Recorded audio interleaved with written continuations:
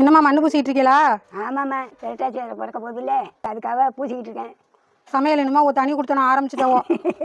ஆமாம், பாருங்க, இந்த அடுப்பு சும்மா வெந்நீர் போடுறதுக்காக இங்கே போட்டு வச்சுருப்போம். இப்போ மண்ணை பூசி வச்சுருக்கேன். வீட்டுக்குள்ளே கேஸில் தான் சமைச்சுக்குவாங்க. இருந்தாலும் சாதம் குக்கரில் வைக்கிற சாதம் அப்பாவுக்கு பிடிக்காது, அதனால பானையில் தான் ஆக்குவோம். ஆமாம், ஒரு மத்தைக்கு பாட்டியோட சமையல் சாப்பாடெல்லாம் நீங்கள் பார்க்கலாம். ஆமாம், என்னென்ன சமையல் விதவிதமான சமையல்லாம் பார்க்கலாம். பார்த்துக்கிட்டே இருக்கலாம்.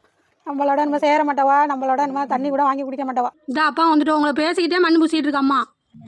மண்ணை அள்ளிட்டு வர சொன்னேன், அது கல் கிடந்துச்சு, அதில் அதான் பேசிக்கிட்டே இருக்கேன். குளத்துல வெட்டிட்டு வந்தோம்னா அதை போய் அங்கே சளிச்சு பார்த்து கல் இருக்கா முள் இருக்கான்னு பார்த்து எடுத்துட்டு வர முடியும். அது சரி, மண்ணை தான் வெட்டிட்டு வந்து கொடுக்கலாம். இந்த இது செஞ்சாக்கா உடனே குறை.